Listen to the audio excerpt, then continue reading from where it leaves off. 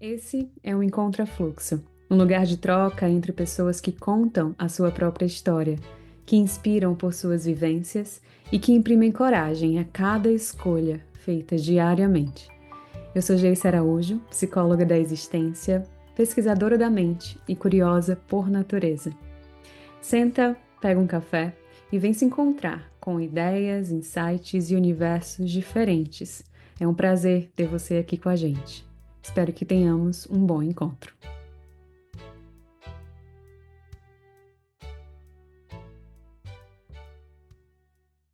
Hoje caminharemos juntas por caminhos menos percorridos, por trilhas não asfaltadas e por curvas que podem nos mostrar lugares dentro de nós nunca antes visitados. Como escreveu Clarice Lispector, há um grito de vida guardado em cada silêncio da alma. E diante de silêncios, pode-se ouvir muito se estamos abertas e dispostas a encontrar o que não conhecemos, e muitas vezes a encontrar o que mais nos assusta. Diante de adoecimentos, existem convites que, quando aceitos, podem abrir caminhos que nos levam a uma nova forma de vida, uma nova forma de ver o mundo, uma nova forma de ver a nós mesmos. Resistir à pressa, à lógica do desempenho, ao corte entre o corpo e espírito exige coragem, coragem daquelas que movem montanhas. E foi nas montanhas que ela encontrou o lado mais escuro da sua existência, e também nas montanhas que ela agora escolhe como lar, se nutrindo da força de sua ancestralidade e amparada pelas medicinas da floresta nos caminhos do seu despertar. Ingrid Guerra é mulher, fisioterapeuta, escritora e terapeuta da alma. Ela também é minha amiga há muitos anos e eu tenho a felicidade de testemunhar o seu caminho que inspira a mim e a muitas outras pessoas, além de convocar tanta gente a olhar para si de modo diferente e também a se autorizarem a mudar. Ingrid, minha amiga, seja bem-vinda ao Encontra Fluxo. Como é que você chega hoje? Com essa introdução, chego emocionada, presente, feliz, muito agradecida por esse convite de uma mulher tão potente, de uma mulher tão admirável como Jesse. E chego sentindo que estou encontrando o fluxo da vida passo a passo. E E você chega com muita energia, né, eu acho que você traz muita energia aonde você se coloca. E assim também, eu tive o prazer de me encontrar com o seu livro. E eu queria já começar falando sobre esse seu livro que você escreveu recentemente, chamado Caminho do Despertar.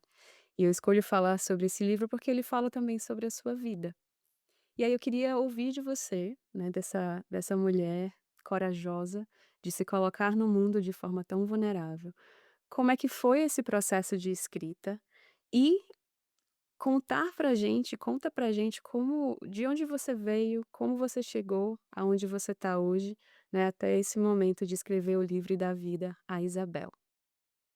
O processo de escrita do livro, ele chegou, quando eu me senti curada de um acometimento depressivo, que durou quase 2 anos. Em 25 de dezembro de 2023, quando eu acordei nessa data, sozinha em Itacaré, na Bahia, no sul da Bahia, eu me senti muito acompanhada, eh, pelos meus guias, por todos que vieram antes. Estava a minha família, que não era minha família de carne, era minha família de alma. No 25 de dezembro, quando as famílias se reúnem, e foi ali que eu senti que, ainda que sozinha, eu estava acompanhada. E por isso eu achei que, ao me sentir curada daquilo tudo que eu vinha sentindo, que eu tinha voltado para o Brasil, eh, estava morando no Chile a trabalho e decidi voltar ao Brasil para encontrar essa cura. E naquele dia 25 de dezembro eu me senti curada. E então, assim, foi escrita a primeira página de O Caminho do Despertar. Olha só, e me conta um pouquinho, pra quem não leu o livro ainda e para quem não te conhece, né, o que que te levou ao Chile? Como é que você chegou lá? Né, e como é que foi essa decisão do voltar para o Brasil? E o que que te atravessou nesses momentos? É um spoilerzinho do livro, mas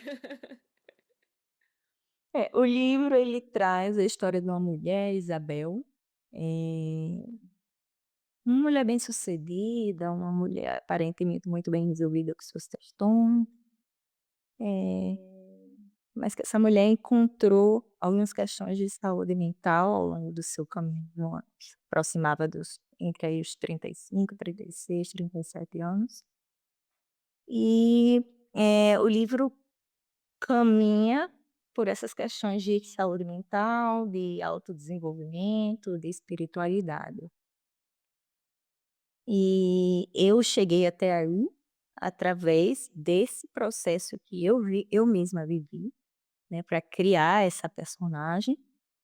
E, bom, eu cheguei ao Chile, eu eu nasci em São Paulo, mas cresci, estudei, trabalhei, fiz meus vínculos em Natal. Em 2019, eu tive 2 episódios muito fortes de ansiedade generalizada que culminaram com burnout. Por 2 vezes seguidas eu cheguei na UTI dos 2 hospitais que eu trabalhava sem conseguir entrar. E depois desse primeiro episódio, todo dia eu repetia para mim que eu iria mudar de vida, mas eu não sabia como. Bom, repetia para o universo, para mim mesma, até que certo dia uma amiga me ligou e perguntou: "Ah, você tem alguém para indicar para fazer um concurso numa instituição chilena?" Eu disse: "Eu me indico". Aí ela disse: "Mas eu sei, você vai exonerar do seu vínculo federal, seu vínculo estadual". Eu: "Sim, eu me indico, eu vou lá fazer". E assim eu cheguei no Chile, por uma questão que eu necessitava mudar de vida, eu trabalhava de 60 a 70 horas por semana em regime de plantão, e eu estava extremamente cansada. Então a tentativa de ir para a docência e para a pesquisa foi de fugir desse regime de plantão, de hospitalar, né. E assim, eu cheguei no Chile 2 semanas antes de fechar tudo por causa da pandemia. aham.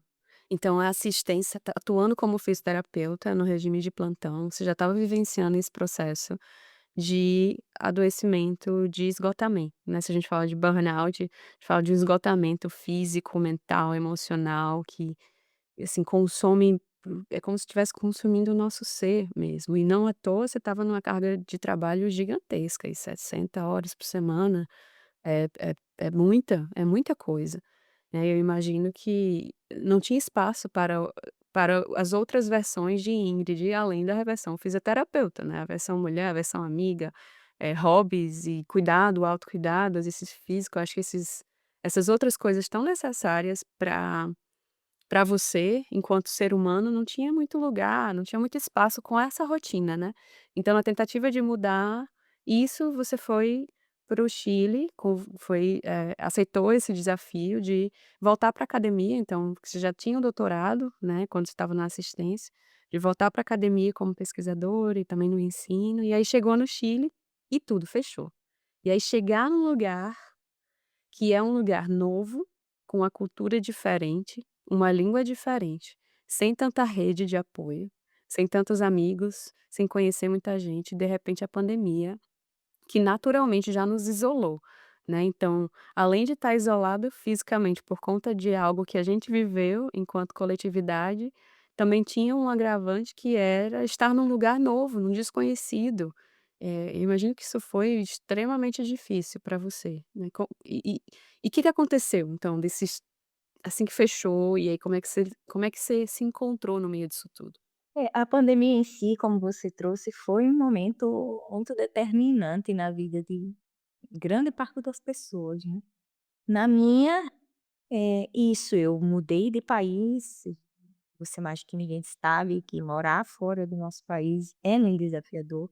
além da síndrome do estrangeiro, vem tudo que acompanha essa questão de pertencimento, né, por mais que moremos muitos anos em outro país, nunca vai ser o nosso país.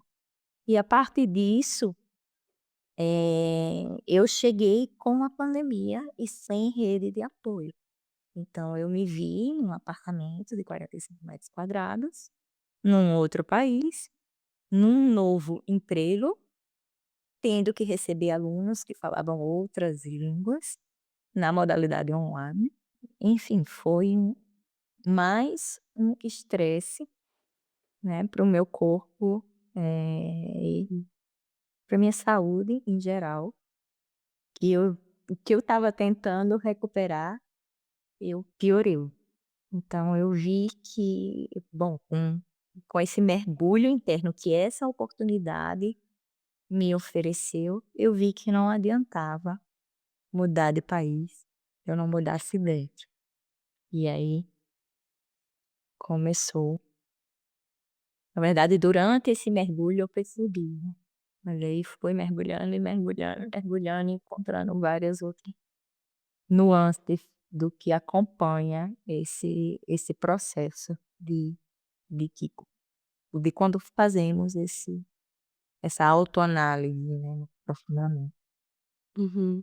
Então, assim, por mais que a gente mude de contexto, às vezes o contexto é o contexto que está adoecendo, né, mas às vezes também existe algo em nós que precisa ser curado para que a gente consiga estabelecer uma vida mais autêntica, mais saudável, mais compassiva, mais presente, mais consciente, independente de onde a gente está, né. Então, estando lá e diante de tantos esses desafios, você também se encontrou com o esgotamento novamente? O que que aconteceu? O que que você encontrou quando você diz assim: "Ah, eu saí do Brasil, eu saí do contexto que eu estava, fui para outro, muito desafiador também, e vi que precisava curar algo dentro", né. O que que você viu aí nesse momento?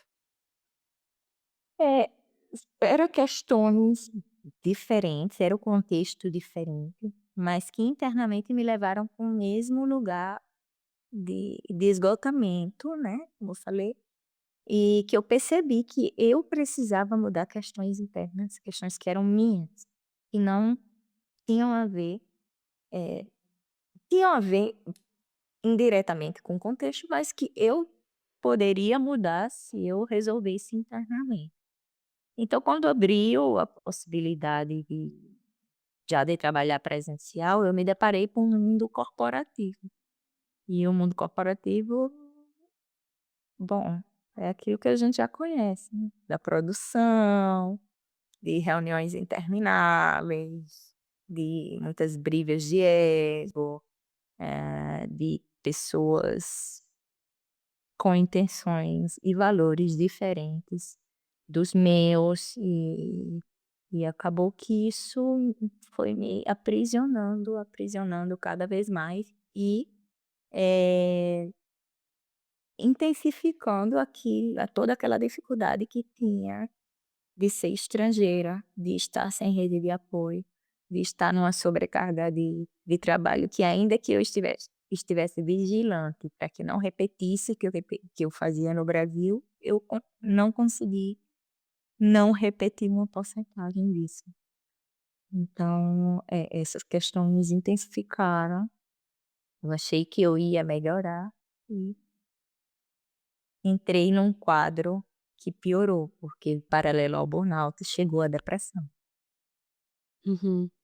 E como é que foi, enxergar esse processo da depressão para você? Assim, se você pudesse descrever um pouquinho dessa experiência, estando fora, né, se deparando com esse contexto tão adoecedor que é o contexto corporativo, acadêmico. Como é que foi para você vivenciar isso, assim? O que que você percebeu? Olha, a depressão é uma enfermidade muito desafiadora.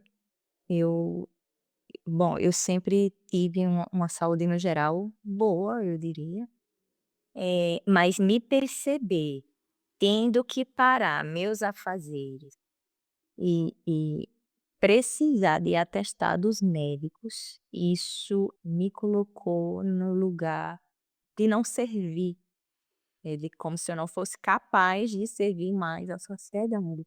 E ainda que eu fosse da saúde, da educação, eu me peguei com esse preconceito de: "Por quê? Eu não sou uma super mulher, eu posso adoecer". Mas ainda assim, o primeiro atestado foi extremamente difícil de admitir para mim mesma que eu precisava parar, que eu precisava parar. E isso chegou quando um dia eu abri um dos vários e-mails que eu recebia por dia, das dezenas de e-mails que eu recebia, e eu não conseguia entender a primeira frase. Não entendia, lia várias vezes e não entendia, e não entendia, e não entendia. E não conectava, minhas ideias não conectavam, e era como se meu pensamento tivesse muito mais acelerado do que eu dava conta, mas ainda assim eu não conectava aquilo que eu estava lendo e não conectava as minhas ideias. Então eu comecei a ter falha de memória, e memória recente, assim, por exemplo, se eu fosse tomar um café e adoçasse esse café e fosse pegar alguma coisa para comer, quando eu retornava eu não lembrava se eu tinha ou não, adoçado o café, por exemplo. Então, eram eram coisas assim, e pequenas tarefas me deixavam muito exausta. E eu sempre fui uma pessoa de muita energia, de fazer muitas coisas. E pequenas tarefas me deixavam muito exausta, e eu não me concentrava, não me concentrava. Então aí eu percebi que eu não tinha mais para onde, eu não tinha mais o que fazer. Tudo que eu podia fazer, eu tinha feito. Eu sempre cuidei de meditar, atividade física, alimentação, tentava dosar minhas horas de trabalho. Mas com isso tudo, eu precisei parar, eu precisei pausar. E isso foi extremamente desafiador, admitir para mim mesma que eu precisava parar. Uhum. O quanto que é difícil, né, acho que pra mim também, eu me conecto muito com o que você tá trazendo, enquanto mulher, enquanto profissional, assim, são outras condições, não me deparei com um quadro de adoecimento, né, com essa intensidade que você traz, mas também passei por situações, especialmente enquanto estava na academia, em que, meu corpo começou a dar sinais de que eu precisava mudar alguma coisa. Então, o que que era esse alguma coisa? Naquele momento, e eu também sempre fui uma pessoa extremamente energética e de fazer muita coisa ao mesmo tempo, né, porque, enfim, eu parece que naquele momento, ou até aquele momento, eu funcionava melhor fazendo várias coisas, ou enfim, acreditei que eu funcionava melhor fazendo várias coisas. Porque isso mudou depois. E mudou a ponto de que chegou em um momento que eu tinha tanta dor, enxaqueca especificamente, a minha dor sempre ela vem na cabeça, né, então como uma pessoa extremamente racional, cabeçuda que fui, né, eu acho que a vida vem me ensinando um monte de coisa, inclusive a desconstruir esse modo de estar no mundo, que é um modo extremamente, lógico e racional. Não à toa fui para um campo do saber, que é a neurociências, que vai tentar explicar as coisas, né. E aí depois, à medida que eu fui, enfim, avançando no meu próprio autoconhecimento e desenvolvimento, eu fui mudando também o que que me interessava, o que que fazia mais sentido. Mas chegou um momento em que eu tinha dores, assim, de enxaqueca por dias, dias, e nada resolvia, assim. Tomava medicamento, descansava. Primeiro que, meus hábitos de vida naquele momento também não estavam lá tão saudáveis assim, porque não tinha tempo. Eu fazia muita coisa ao mesmo tempo, ocupava meu tempo, né, estava fazendo pós-doc, estava fazendo uma graduação em psicologia, tinha minha empresa e a minha vida. Então, assim, são muitas coisas.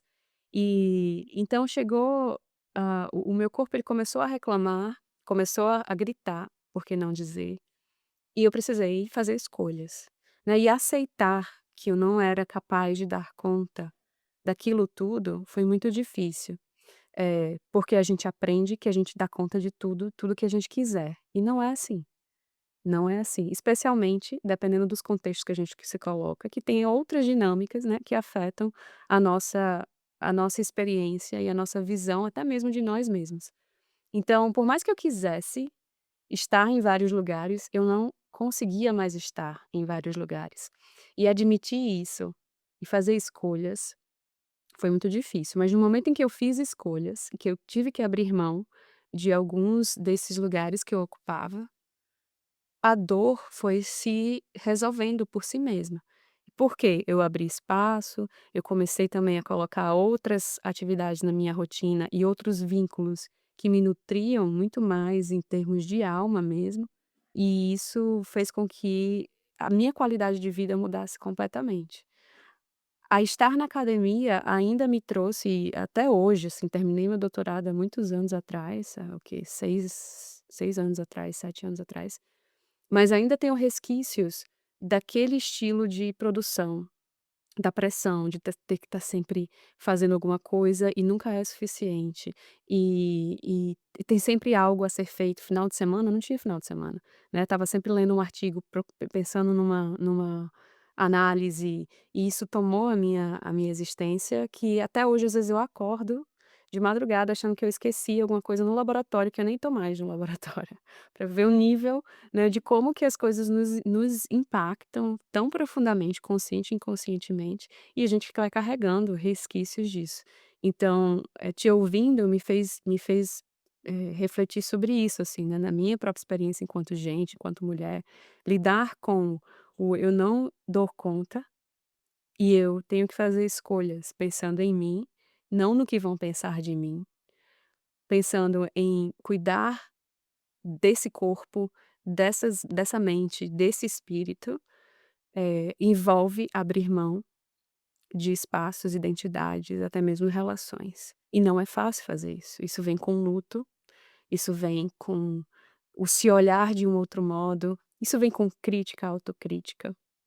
É um processo extremamente profundo, né. E aí para você, quando você se deu conta disso, foi difícil de assumir isso, foi difícil de fazer escolhas, e o que que te ajudou nesse processo, Ingrid? É bem difícil, né, é bem desafiador esse processo de sair dessa produção desenfreada que a sociedade está imersa, né, a gente vive em sociedade e é uma sociedade de produção. Quando escolhemos sair dessa produção desenfreada, essa esse ser humano anterior, que estava acostumado a servir a essa produção, ele começa a entrar em parafuso, né, porque a mente fica ali: "Tá, e você agora vai fazer o quê?", porque é sempre fazer, poucas vezes vai ser, é sempre o ter. Então eu vou fazer para ter, eu vou fazer para ter dinheiro, eu vou fazer para ter fama, eu vou fazer para ter olhares, eu vou fazer para alimentar o meu ego. E quando eu vou para o ter, aí preciso deixar mais sutil a questão da produção, né, mas esse ser humano anterior, ele sofre, ele se debate, o ele se debate, né. E aí é quando entra realmente: "Tá, mas você quer mudar de vida, ou você quer servir ao ego, ou você quer servir à sua saúde, ao seu bem-estar", né. Então é um processo muito desafiador, para mim foi extremamente desafiador. Até hoje eu me pego em lugares de cobrança, né, porque eu diria que eu saí dessa produção desenfreada, mas eu não saí da sociedade. Então uma hora ou outra, eu me deparo com essa autocobrança, com olhares externos até de: "O que é que você faz agora na vida, já que você não está indo para a universidade, você não vai para um laboratório, você não vai para o hospital, o que é que você faz?", né. Eu me pego com muitas pessoas me questionam isso e eu não vou dizer que 100% disso está resolvido dentro de mim, porque não, às vezes eu me questiono também. Mas aí eu me lembro de que aquela vida anterior estava totalmente sem sentido para mim. e que a vida que eu levo hoje é a vida que faz sentido, é a vida que me dá espaço para ser, é a vida que me dá espaço para passar meus 4 dias de lua, se eu quiser, descansando, é o espaço que o estilo de vida que me dá espaço para ser mulher, e é o estilo de vida que eu acho que me faz encontrar o fluxo de me sentir viva, realmente. Total. E aí eu vou ler um trechinho do livro, o seu livro, Caminho de Despertar, que eu acho que casa muito com essa conversa que a gente está tendo, né, que você, fala Isabel, né, fala da dádiva que era acordar sem ter que servir a um sistema que já não lhe fazia mais sentido algum. E isso é uma dádiva, assim, gigantesca. E aí tem uma outra coisa que você fala, que eu acho que encaixa, assim, também, que é sobre o processo de morte e renascimento que a gente passa quando a gente começa a fazer essas escolhas. E aí você fala assim: "O que há de comum entre os caminhos é a compreensão de que o despertar é morrer e renascer dentro da mesma vida. É trocar os olhos da alma, é dizer sim à vida, sabendo que isso implica algumas mortes. Então, no momento em que a gente diz sim para um outro tipo de vida, pensando na nossa alma, pensando na nossa qualidade de vida, pensando no nosso ser enquanto mulher, a gente também está dizendo não para outra coisa, ou para outras escolhas, para outros objetivos e caminhos que antes talvez faziam sentido e que agora não fazem mais, né. O que que você adicionaria nesses trechos, Ingrid? Eu sinto que da maneira que crescemos, desde criança, né, na família mesmo, eh, com raras exceções, né, mas vamos pegar a grande maioria de uma cidade como Natal. Uhum, S A gente estuda, faz faculdade, passa num concurso, arruma um bom emprego, sai do país, fazer um curso ou outro, e aí a gente vai agregando muitas máscaras, né, muitas máscaras. Do que: "Ah, eu sou fisioterapeuta, eu sou doutora, eu sou maratonista, eu sou companheira de fulano ou de fulana", é sempre uma máscara, né. Mas na verdade quem é você, né? Quem somos nós, além dessas máscaras? Então acho que quando, nos permitimos silenciar e estar presente mesmo na vida, uma vida consciente. Quando se tiram essas máscaras, aí sim a gente consegue ver quem somos nós. E foi nesse caminho que eu percebi que aquela vida que eu dessa várias máscaras que eu estava usando, já não fazia mais sentido. uhum. E tem um outro trecho que você fala assim: "Experiências emocionais poderosas aguardam aqueles que realmente abandonam os scripts sociais". Isso é tão forte e tão verdade. Eu acho que conecta muito com isso que você acabou de dizer, que a gente tem tantos rótulos, identidades e máscaras para cumprir papéis sociais ou para cumprir expectativa, né, de outras pessoas, às vezes até expectativas nossas, porque somos todos influenciados pelos outros e pelo meio que a gente está. E ter essas identidades muitas vezes nos estrutura, nos ajuda a viver nessa sociedade, e abrir mão disso pode ser muito desorganizador. E aí como a gente lida, né, com ou a necessidade de abrir mão ou a escolha de abrir mão, isso pode fazer muita diferença. Dói pra caramba, porque junto com isso vem assim, a gente se percebe apegado, né. Eu digo pela minha própria experiência, assim, de eu mudei de eu mudei de rota muitas vezes, e eu mudei de fluxo, Vixe Maria, não consigo nem contar quantas vezes eu mudei de fluxo na minha vida e de rota, porque sou esse tipo de pessoa inquieta e que é muito difícil para mim permanecer em algo, em algum lugar, em alguma relação, se não faz mais sentido estar ali, se eu não vejo que eu posso estar ali por inteira. Então eu mudei muito, e essa mudança ela não vem sem dificuldade, porque especialmente quando a gente vai ficando mais velho, mudar exige muita energia, e se encontrar com algo diferente e construir algo do zero novamente, seja uma relação, seja uma carreira, tem que ter muita disposição e tem que ter muita coragem para abrir mão daquilo que a gente se identificava tanto, porque a gente se apega a tudo isso que você colocou, né, a aparência, a status, a títulos, a como as pessoas nos veem. Então, eu mudei de fisioterapeuta para neurociências, para ser uma neurocientista e trabalhava com, célula tronco neural em roedores. Aí, de repente, eu no mestrado, a crise de identidade, eu falei: "Não quero mais fazer isso, não faz mais sentido, vou mudar, eu vou estudar outra coisa". E aí fui estudar meditação, e foi a partir do meu encontro com a meditação que isso me mobilizou. E dentro desse encontro com a meditação, muitas coisas mudaram. Terminei relacionamentos, mudei a forma como eu me vestia. Meu cabelo, inclusive, foi um processo de aceitação com esse encontro comigo, que a meditação foi um mediador muito importante. Eu alisava o cabelo. Eu alisava o cabelo e, assim, eu não gostava das minhas sardas. Né, então assim, quanto de camadas de colonialismo, de racismo também existe nisso, introjetado mesmo, assim, que eu não queria ter sardas, eu queria ter o cabelo liso, porque cabelo cacheado era cabelo ruim. Então quando eu comecei a me dar conta disso, eu falei: "Não, não, isso sou eu, é o meu cabelo, que é lindo do jeito que é. Ai, porque cabelo cacheado dá muito trabalho". Que é trabalho, gente?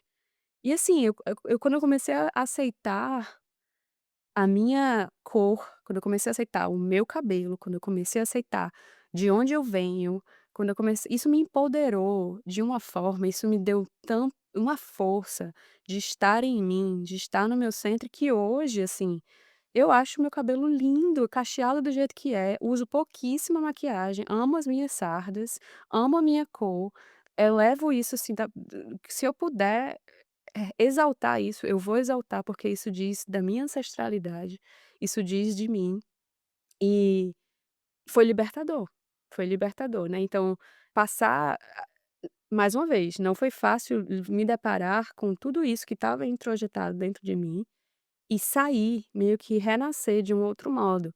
E aí depois no mestrado, eu vou fazer psicologia, e aí meio que me desidentificar daqueles planos e identidades da neurociências e ser psicóloga.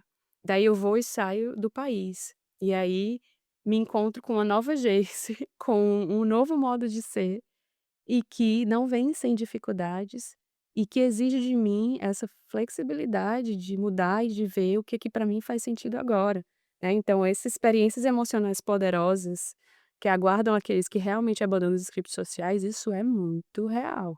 Muito, é. Potente também. Potente, eu corroboro com tudo que você trouxe aí, essa questão do cabelo, essa questão da cor, né. Eu acho que isso é algo que realmente, que quando a gente aceita dentro, a mudança fora é assim, inexplicável, é muito, muito potente, porque isso fala muito de aceitar quem somos e quem veio antes, quem abriu os caminhos para que nós, estivéssemos aqui. Então acho que isso realmente, aceitar quem eu sou hoje, fala muito de aceitar, e honrar aqueles e aquelas que vieram antes. E é algo tão profundo que não é todo mundo que vai entender, né, mas é algo que realmente traz uma potência de vida para aqueles que estão despertos e que estão abertos a viver, novas experiências. Aceitar, de onde viemos e quem somos hoje para chegar em um lugar diferente daquele que a sociedade está ditando. Para mim, Ingrid, eu acho que eu tive 3 coisas que acho que me ajudaram bastante no meu próprio caminho, né, de despertar para uma nova identidade, para me reconhecer de um outro modo. Eu acho que a meditação foi importantíssimo, as medicinas da floresta também, E os encontros, né, muitos encontros que eu tive na vida que me provocaram mudanças, e isso, assim, até hoje, inclusive o primeiro episódio do Encontra Fluxo, eu falo de um dos encontros que, mudou completamente a minha vida, que foi o encontro com meu parceiro, Kevin, e essas 3 coisas mediaram, assim, essa mudança e esse desenvolvimento de caminhos mais despertos, mais conscientes. Que te ajudou nesse processo? Então, você se deparou com esses adoecimentos, com o burnout, com a depressão, e aí você reconheceu que precisava trabalhar internamente e se encontrar e ver o que estava ali. O que te ajudou nisso? Sem dúvida, a meditação é uma grande ferramenta, né. A parte da meditação, as medicinas da floresta, eu tenho que honrar, exaltar. Eu sou filha renascida, eu até me emociono, mas eu sou renascida de um cipó e de uma folha. Eu sou filha do Mariri da Chacrona. Eh, foi ela, foi eu acho que me resgatou, mesmo de uma escuridão que eu vivi, de um limbo, assim, eu não sabia se eu estava morta ou se eu estava viva. Então, e outras medicinas também, né, o meu despertar foi um chamado através de um rapé, mas a ayahuasca foi que me realmente me ajudou, assim, a tirar essas camadas e atravessar todos esses lutos dessas máscaras que eu estava apegado. E hoje eu vejo que a dor e também com as várias experiências nas conflagrações, eu aprendi que a dor ela só vence se eu resistir, né. Então vai resistir? Vai gerar dor, que é muito que o budismo traz também, né. Vai resistir, vai ter a dor. Se você desapegado que você tem que desapegar, parar de resistir, a dor se dissolve, né. Então sem sombra de dúvida, meditação, as medicinas da floresta, mas a parte disso eu também precisei dos fármacos, né, da medicina da alopatia. Então eu acho que cada coisa no seu lugar, como um complemento, né. Eu acho que as medicinas ancestrais elas precisam ser exaltadas. A ciência ela já avançou muitíssimo nesse campo, né. Hoje grandes profissionais já estão vendo dessa necessidade de casar mesmo esses 2 saberes, né. Tudo começa lá dentro da floresta. Então, eu acho que foram muitas ferramentas e sim, as redes, elas impulsionam muito, né, os encontros, como você falou, com pessoas. Durante o processo depressivo, eu me sentia muito sozinha, sim, mas eu acho que era parte mesmo desse casulo que eu mesma me coloquei, né, eu estava muito vulnerável, eu tinha medo de falar o que que eu estava sentindo, tinha vergonha de expor, então isso dificultava um pouco as relações, né, dificultava até eu receber ajuda. Poucas pessoas que eu confiava em compartilhar aquilo que eu estava sentindo. Eu acho que é um combo, assim, foi um combo de ferramentas que me ajudou, né, a sair daquele lugar que eu estava. Mas, assim, honro, exalto e digo, assim, com um coração feliz que eu sou resgatada da floresta. A sensação que me dá te ouvindo é como se fosse um reencontro, é como se eu tivesse sido abraçada e ter encontrado aquele lugar seguro, aquele lugar de pertencimento que talvez fazia muito tempo que você não sentia ter acesso a. E aí eu fico me perguntando também sobre, será que esse encontro te relembrou algo que talvez você tinha esquecido? Você acha que a medicina da floresta ou a meditação, especialmente nessa tua experiência, né, com a depressão, isso te fez entrar em contato com partes suas que estavam ali esquecidas? Absolutamente. Eu tenho total convicção, certeza disso, que as medicinas me mostraram quem eu realmente sou, por trás das máscaras que eu vestia, né. E onde vem o meu coração, onde eu quero estar, para onde eu quero ir. Me relembraram quem é a Ingrid de verdade, quais são os meus dons. Claro que eu descubro a cada dia, mas hoje eu sei quem eu sou de verdade. E quem é a Ingrid hoje? Eu sou uma mulher da terra, eu sou uma mulher da floresta, eu sou filha da ayahuasca, eu sou ayahuasqueira, sou curandeira, sou uma mulher de fé, embora eu fraqueje, muitas vezes tropece, muitas vezes eu volto para aquele lugar da sombra, da lama, mas aí eu me lembro que eu já estive bem pior. Resgato essa força de dentro de mim mesma, daqueles que me guiam, para seguir adiante, passo a passo. Essa sou eu. De uma força incrível, né, e eu tô vendo aqui um novo trecho que eu acho que casa muito bem com essa parte da nossa conversa, que é, acho que 2 coisas. Um é, às vezes nos tornamos grandes demais para caber em determinados lugares e situações.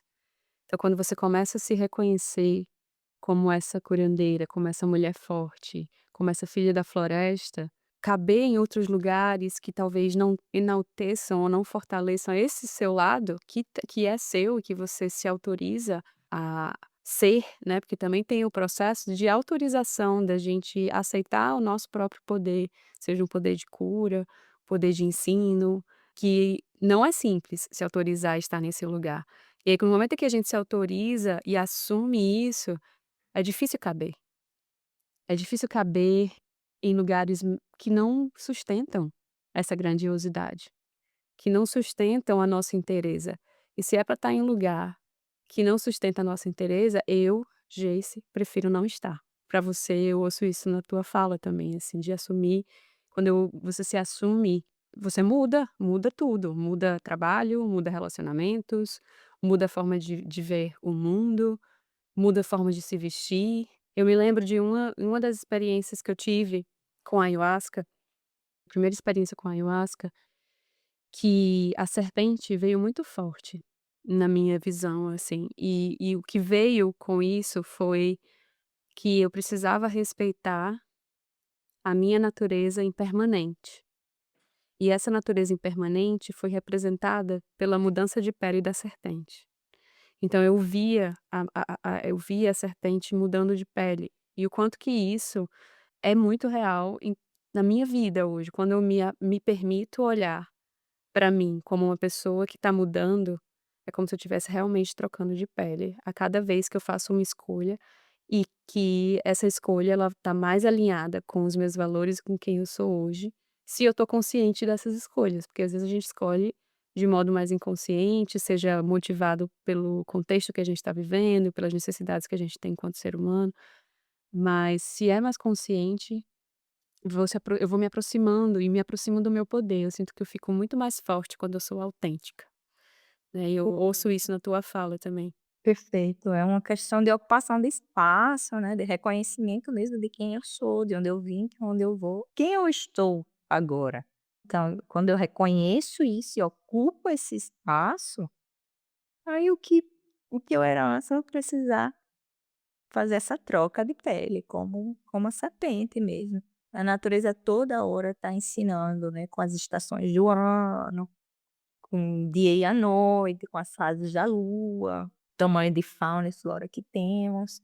E nós não somos diferentes, né, não somos diferentes.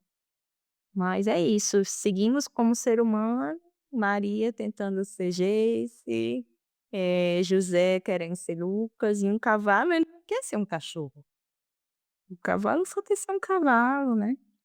Um coelho só quer ser um coelho, tá ali vivendo a vida dele. Então, acho que a natureza ela sempre ensina muito, né. E não tem como ser outra pessoa, eu nasci para ser eu mesma. Achei isso tão bonito, Ingrid, e ressoou forte aqui, assim, pra mim, que por que que a gente quer ser diferente do que a gente é, né, ou quer ser outra pessoa? Acho que a gente tá sendo tão atravessado por esse modo de vivência baseado na falta e na escassez, né, como se sempre tivesse faltando algo que o outro tem, então eu vou fazer igual o que o outro tá fazendo, pra poder chegar lá igual o outro fez, ou igual o outro está. Mas o outro é o caminho do outro e provavelmente se a gente olhar com mais cuidado, o outro também está sofrendo, também está passando por questões, inseguranças e medos, assim como nós, talvez de características diferentes e motivos diferentes, mas também tem isso, porque é algo que nos conecta enquanto seres humanos, né, é o sofrimento e é o amor. E aí eu vejo que quando a gente começa a trabalhar um conhecimento de si baseado na honestidade, na compaixão, na consciência, a gente começa a aceitar quem a gente é, quem a gente está, e a gente começa a amar a gente como a gente está hoje, isso abre caminhos para a gente ir se aproximando de nós mesmos, porque é uma jornada de uma vida, a gente vai aprendendo, não é porque eu tive uma experiência com meditação, ou com ayahuasca, ou com o rapé, né, que são aí medicinas indígenas que estão aí há muitos, muitos anos, a meditação também está aí há milênios, então, não é porque eu tive uma experiência que isso está dado, é um processo de uma vida inteira, onde a gente vai aprendendo a cada vez, a cada dia. Caminhando e se encontrando com partes nossas que a gente gosta de ver, e com partes nossas que talvez a gente não goste de ver, mas que fazem parte, e a gente precisa aprender a integrar isso. E eu acho que as medicinas da floresta e o autoconhecimento através de outras ferramentas podem ser muito potentes para nos ajudar a nos aproximar dessas partes que a gente não quer ver, o que a gente teme ver, o que a gente tem medo de ver. Faz sentido isso pra ti? É isso mesmo, para mim eu sinto a mesma experiência com as medicinas em geral, elas me ensinam isso, né, de acolher essas sombras, mas de enxergar que sempre que tem uma sombra vai ter luz, sempre que tem luz vai ter sombra. E eu aprendi muito também com a ayahuasca, principalmente desse caminhar compassivo. Primeiro comigo, quando eu aprendo a caminhar por esse caminho da compaixão, da autocompaixão, eu consigo, praticar com o outro, né. Isso não é 100% porque não sou um avatar, mas é um caminho que se iniciou, que antes eu não conhecia. Corroboro sim desse sentir seu com relação às medicinas, com relação à meditação, e isso não quer dizer que é para todo mundo, porque cada um tem o seu caminho. Exato, exatamente, não é para todo mundo. Inclusive eu estava falando sobre isso ainda há pouco, sobre o que a gente faz, como o que que a gente serve para o mundo, não é para todo mundo. Tem um público específico que vai se identificar e que vai estar pronto para receber esse meu servir, né, assim como com a ayahuasca, não é para todo mundo, acho que precisa ser feito, se for fazer uso da ayahuasca, ser feito de modo muito respeitoso e cuidadoso. E aí eu sei também que tem pessoas, Ingrid, aqui que talvez ouçam e não sabem muito bem o que que é ayahuasca. Você podia falar pra gente o que que é ayahuasca? Para mim eu já trouxe um pouco o que seria, né, para mim foi quem me resgatou de uma sombra, de uma dor, que me resgatou de de uma morte. A ayahuasca em si é um chá, de origem indígena, vários povos originários da Amazônia peruana, Colômbia, Brasil, estão aí há milênios consagrando, produzindo, rezando esse chá feito de um cipó e de uma folha, né, mariri da chacrona. Isso vem passado de povos originários até chegar aos dias de hoje. Hoje já é mais conhecido, né, amplamente e aí comercializado por grupos xamânicos, por algumas religiões, e é um grande expansor de consciência, né, aqueles que buscam realmente se conhecer ou buscar respostas dentro, né. Para mim isso é o caminho da pura consciência, para mim a ayahuasca é a pura consciência, é uma grande mãe, ensina de uma maneira, pelo menos para mim, de uma maneira muito amorosa. E na sua experiência, assim, então quando você voltou para o Brasil e aí teve esse encontro com a ayahuasca, e você conta isso no livro, né, essa experiência então mudou o caminho, o fluxo de muita coisa, que hoje você tá no Brasil e você começou a se ver de um outro modo, tanto enquanto mulher quanto enquanto profissional, né? Sim, esse encontro, a primeira vez, né, que eu consagrei foi eu ainda morava no Brasil em 2018, foi muito pontual, foi uma vez em 2018 e depois, no início de 2021 foi que veio realmente o início desse caminho dentro das medicinas da floresta, e desde então até hoje é um caminho que eu sigo, um caminho que eu escolhi, um caminho que eu me sinto parte, é um caminho que me serve e que eu sirvo também a este caminho.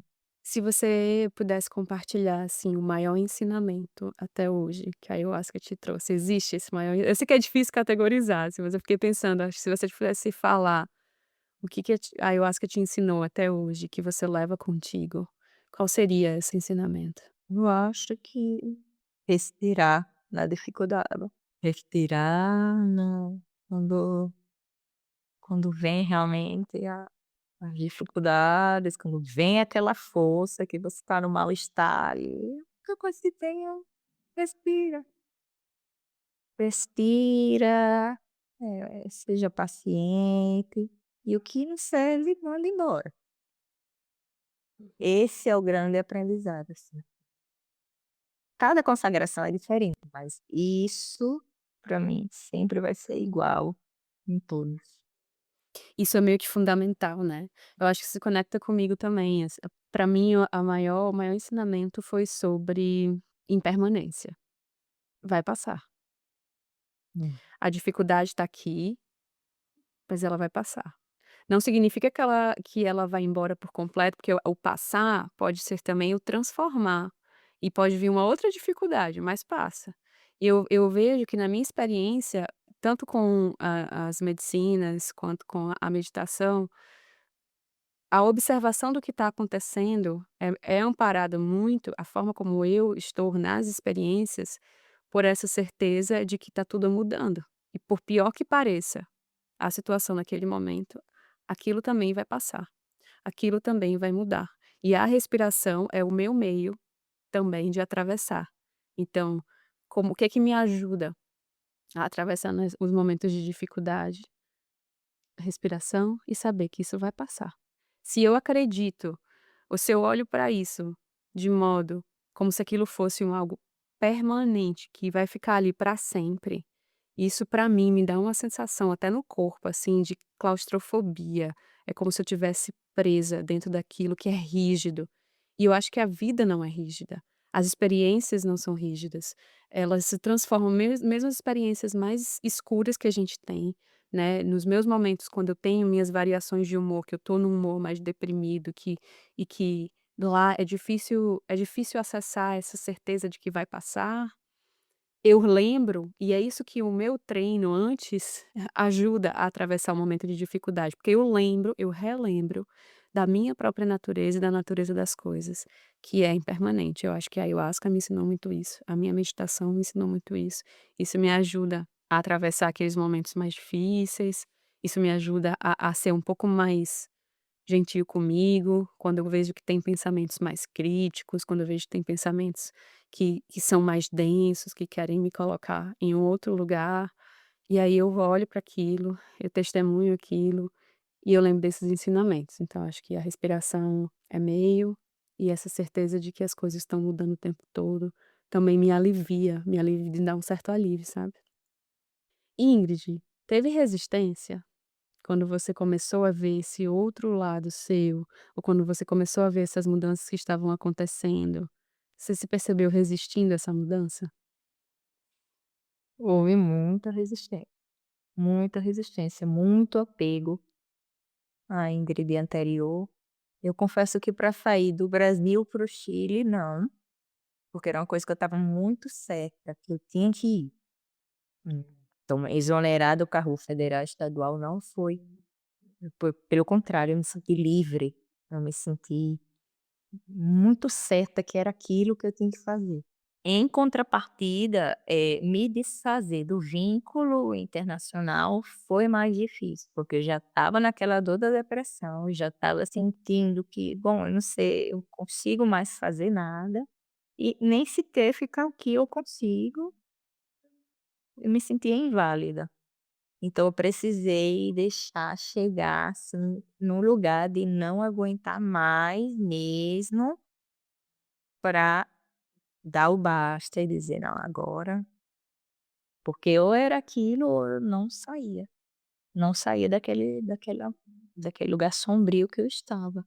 Então sim, houve muita resistência para abandonar, mas eu posso dizer que hoje é a melhor escolha que eu fiz. Me sinto outra pessoa, me sinto saudável, me sinto em paz.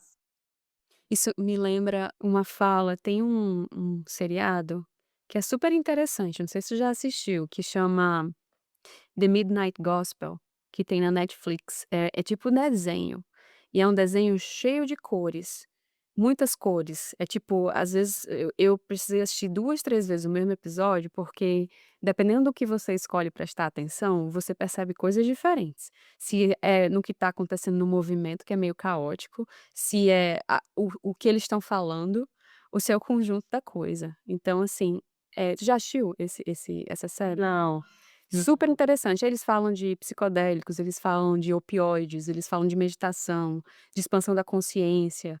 É muito legal, super recomendo. E aí tem um episódio que ele fala assim: "A liberdade acontece quando a gente tira as vestes de prisioneiro". Hum. E aí isso me fez na hora que eu ouvi isso, no acho que foi, sei lá, o quinto episódio, o quarto episódio, o quanto que pesa, muitas vezes, né, essas roupas que a gente se coloca a ponto de nos fazer sentir presas mesmo. E no momento em que a gente começa a entrar em um processo de integração de uma mudança e vai abrindo mão dessas vestes, trazendo curiosidade e compaixão para isso, a liberdade pode começar a se mostrar. E mais uma vez, não é fácil fazer isso. Precisa de muita coragem para fazer isso. Para largar alguma coisa importante pra gente, para mudar de cidade, de país, de profissão, transição de carreira, é muita coragem. Por isso que eu não julgo mesmo quem escolhe ficar, mesmo estando infeliz, porque a gente não sabe o que para aquela pessoa representa ficar e sair, né, porque às vezes o ficar, mesmo que seja desconfortável ficar, para ela ainda é o possível naquele momento, é menos doloroso do que sair, porque o sair também dói. E a disposição para sair, a disposição para se encontrar de modo diferente, ela precisa ter para poder nos mobilizar, né. Então esse episódio me trouxe essa reflexão, eu vou inclusive deixar depois na descrição dessa conversa, a referência para quem quiser assistir depois. Recomendo demais. E aí, Ingrid, eu queria saber uma coisa, o que que mudou então hoje na sua vida, em termos de hábitos, crenças e relações, depois de toda essa experiência, né, que você, passou por esse encontro, você renasceu com a ayahuasca, você, se vê hoje de outro modo. Isso se reflete nos seus hábitos de vida, nas suas relações, como é que tá isso? Em tudo na vida, não tem como ser a mesma pessoa depois de tantas experiências tão fortes que eu atravessei nos últimos 5 anos. Meus hábitos de vida totalmente, sigo vigilante essa questão da produção que falamos no início. Eu tento seguir meu ritmo interno, que é muito diferente do ritmo da sociedade. Hoje eu prefiro manter meu autocuidado pela manhã e o meu trabalho à tarde. Tenho muito cuidado com excesso de trabalho, porque é um lugar que eu sei que ainda é muito perigoso para mim, que já me perdi várias vezes, então eu tenho muita vigilância com relação a isso. A atividade física, eu sempre fui muito, do exercício, não à toa estudei fisioterapia, estudei movimento. Mas hoje é dosada com um remédio, eu não posso parar, é algo que me regula muito emocionalmente, então isso é religioso para mim. atividade física, respiração consciente, meditação 2 a 3 vezes ao dia. Isso também não abro mão. E bom, eu não passo muito tempo sem consagrar a medicina. Eu a cada 2 meses, eu sinto necessidade de fazer esse encontro. E então assim, né, a partir da sua mudança e da manutenção dessas ferramentas na sua rotina, você consegue ter uma vida mais autêntica, mais verdadeira com você, mais cuidadosa, né, saber o que funciona para você e o que não funciona. E eu acho que isso é muito necessário, sabe, quando a gente sabe o que que funciona e investir em fortalecer aquilo que funciona. Né, ao invés de olhar só para o que está faltando. Tenho feito um movimento, assim, de tentar refletir sobre, com os meus clientes, com os meus alunos, às vezes a gente foca tanto na falta, que a gente esquece do que tem. E o que tem pode ser fonte de muita nutrição. Nós sempre vamos ter faltas e sempre a gente vai querer algo que não existe ainda na nossa existência humana, mas o que tem, se a gente olhar para isso como potencialidades e começar a fortalecer isso, a gente pode acabar abrindo espaço para conseguir chegar onde a gente quer chegar ou para ter aquilo que a gente acha que ainda falta. Então, para mim, a atividade física também é necessário. Eu preciso me movimentar para poder me regular melhor. Eu preciso meditar para poder funcionar direitinho, e eu preciso também igual você, ser muito vigilante com o excesso de trabalho, porque a minha tendência é o excesso de fazer. Não à toa, acho que assim, né, a gente uma amiga minha uma vez falou: "Ah, a gente trabalha com o que a gente mais precisa". E eu acho que isso é Total. muito real. Por quê? Porque menina, olhe, se não fosse meditação, mindfulness, se não fosse todo o processo que eu passei para me tornar psicóloga, se não fosse todas essas ferramentas que eu usei, eu não sei como é que eu estaria. Então eu trabalho com isso e eu preciso disso. E ao mesmo tempo que eu trabalho com isso, eu me nutro disso, e o fato de ter de trabalhar com isso, que foi uma escolha que eu fiz, me ajuda a me regular melhor, porque eu não vou atender se eu não estou bem. Então isso me dá um nível de consciência outro. Então eu sei que para mim funciona determinadas ferramentas, meditação, as medicinas da floresta. Funciona muito, muito atividade física. Isso é um processo de cuidado de mim, eu preciso disso. E aí, no momento em que eu estou nutrida disso, eu sirvo isso para o outro. Isso é algo que nos últimos anos tem feito muito mais sentido, né, por quê? Porque me ajuda a não cair naqueles lugares que para mim não é tão saudável. Então quando eu estou meditando e fazendo atividade física, eu não cometo tantos excessos. Eu estou muito mais consciente das minhas escolhas do que antes. Se eu paro de meditar, se eu paro de fazer atividade física, eu noto o quanto que eu fico mais ansiosa, eu uso mais o celular, eu fico mais nas redes, eu me comparo mais com os outros, meus pensamentos mudam, a qualidade do pensamento muda, eles são pensamentos muito mais densos. E aí eu noto isso, quando eu noto isso, eu falei: "Espera aí, cadê os meus remédios?". Os meus remédios são esses, é a atividade física, é a meditação, são os vínculos, minha rede de apoio, minhas relações, vou ligar para um amigo, vou me conectar aqui, vou usar minhas medicinas, minhas plantas, que me ajudam muito, né, minha espiritualidade, trabalhar esse lado também. Então reconhecer o que é que nos serve é tão importante nesse caminho, aí a gente só sabe quando a gente experimenta, porque o que funciona para mim, não necessariamente vai funcionar para Ingrid, e não necessariamente vai funcionar para José, né. Então José vai lá no Sim, caminho dele, tentando entender o que é que funciona e quando ele acha, e aí ele vai fortalecer aquilo que dá certo para ele naquele momento da vida, para a gente também.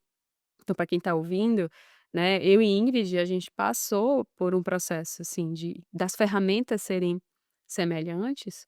Pode ser que te ajude, pode ser que não. E sempre fazer essas escolhas de modo consciente e respeitoso, né, e acompanhados de pessoas que possam te ajudar no processo. Concorda, Ingrid? totalmente. Concordo totalmente. E fala uma coisa, O que você diria para alguém que hoje, né, tá buscando um caminho mais consciente? Como é que essa pessoa poderia começar?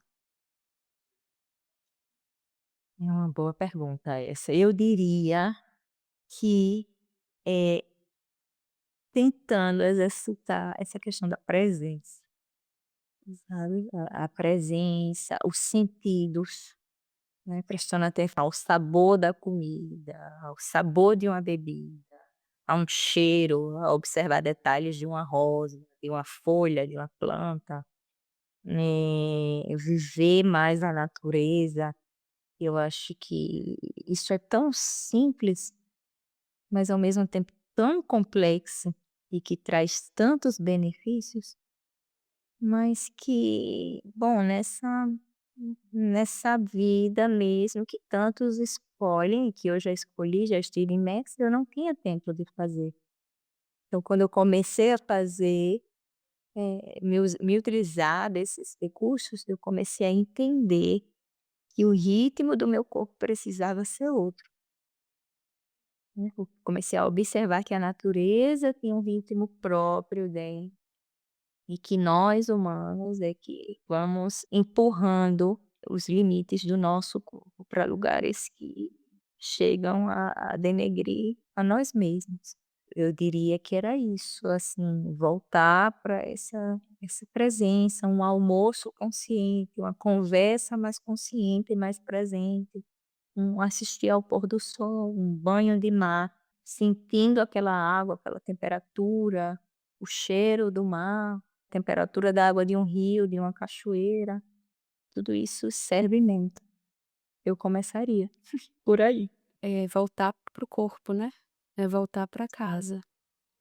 É. Porque quando a gente volta, quando a gente sente o vento batendo na pele, a temperatura da água, quando a gente vê o pôr do sol, quando a gente sente o sabor da comida, é através dos sentidos do nosso corpo que a gente vai voltando para agora e voltando para casa, que é esse veículo que é tão difícil habitar, seja porque a gente sofreu traumas, abusos em algum momento da vida, e aí é difícil entrar em contato com o corpo.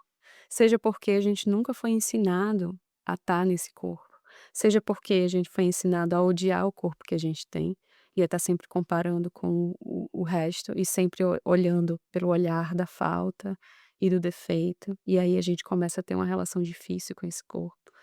Então eu sempre também nos meus ensinamentos, nas minhas práticas, eu gosto muito de frisar que esse retorno para casa, através do corpo, ele é essencial, se não diria necessário. Aí a pausa é um outro ritmo, é um outro fluxo, é o apreciar, e aí a gente muda a nossa percepção, né, porque a percepção tá sendo aí mediada também pela velocidade das coisas. Então, quando eu diminuo a velocidade, eu percebo melhor o pôr do sol e a minha memória grava aquela imagem de modo tão diferente do que se eu tivesse simplesmente preocupada em tirar uma foto do pôr do sol. Eu começo a perceber melhor o sabor do alimento, eu vejo que talvez eu gosto mais disso do que daquilo. Eu começo a colocar dentro do corpo coisas, alimentos mas são mais nutritivos e que eu realmente quero, desejo, que meu corpo Uhum. precisa, e não em excessos. Então acho que voltar para o corpo, voltar para a presença, voltar para casa, é também um lugar onde eu começaria e indicaria e Uhum. tá ouvindo aqui, né. E mais uma vez não é fácil, é simples, mas não é fácil, porque as tendências que a gente tem são outras. É, de estar num outro tempo, num outro fluxo. É de estar sempre lá na frente, esquecer do que está aqui. Mas a melhor forma de voltar para o agora é através do corpo, porque o corpo não está em nenhum outro lugar. Ele não está lá no Sim. futuro, ele não está no passado, apesar de ele trazer marcas do passado, mas ele não está lá. Então, trazer presença e intenção é um ótimo começo. Minha amiga, para a gente finalizando a nossa conversa de hoje, você gostaria de deixar alguma indicação de livro? Claro que a gente vai indicar o seu livro, O Caminho do Despertar, inclusive para quem está vendo no YouTube, estou mostrando aqui a Uhum. capa dele, achei isso aqui. tá disponível Caminho de Despertar para compra. Eu vou deixar aqui o link também aqui embaixo na descrição dessa conversa. O que que tem te chamado a atenção ultimamente de filmes, livros que você gostaria de deixar como sugestão para quem está ouvindo? Olha, de livro, eu tenho estudado Não Temas o Mal, Eva Pierrams. É um livro canalizado, um livro que vai ensinando um passo a passo de como a gente acolher essas sombras, à medida que vamos encontrando essas sombras dentro de nós, e percebendo que não tem que temer o mal, porque o mal pode ser transformado. Então, é um livro interessantíssimo, um livro denso, mas muito bom. O nome dele de novo é Não temas o mal. Não Temas o Mal. Tá, vou deixar aqui É. na descrição também. Bom, e tem livros que eu sempre consulto e reconsulto, Mulheres que Correm com os Lobos, A Jornada da Heroína, Siddhartha de Hermann Hesse, também é um baita livro. Eu sou mais dos livros do que das séries, então Boa. Massa, vou deixar aqui na descrição. Então, Não Temas o Mal, A Jornada da Heroína, Mulheres que Correm com os Lobos, que inclusive eu e Catiane, o segundo episódio foi com Catiane Loureiro, a gente um tempo atrás fez um estudo sobre mulheres que correm com os lobos e foi muito legal. E como é que a gente te encontra? Deixa aqui teu Instagram, o seu contato, como é que a gente que as pessoas que têm mais interesse sobre o seu trabalho pode te encontrar? no Instagram Ingrid Guerra Z, Ingrid Guerras, Ingrid Guerra Z. E você tem feito atendimentos individuais nesse processo de cura, de despertar? Como é que tem sido? Sim, eu tenho recebido pessoas que se encontram em alguma etapa do despertar espiritual. Eu faço um tipo de escuta e orientação, e faço também leitura de registros acásticos, que é uma ferramenta terapêutica que eu atendo. O que que é a leitura de registros arcásticos? Explica pra gente. Os registros acásticos, através da leitura, a gente vai acessar uma biblioteca da alma, a biblioteca da vida dessa pessoa, porque nosso corpo morre, mas a alma, ela é eterna, né. A gente acessa essa biblioteca de história que traz essa alma, e aí a gente pode acessar mensagens que sejam necessárias para esse momento da evolução dessa pessoa. Então, a pessoa pode trazer perguntas ou eu posso somente acessar esse campo e entregar as mensagens que me chegam. E essas mensagens elas podem chegar, eu posso escutar, eu posso sentir no meu corpo, eu posso visualizar, e aí eu vou conversando com essa pessoa, entregando essas mensagens.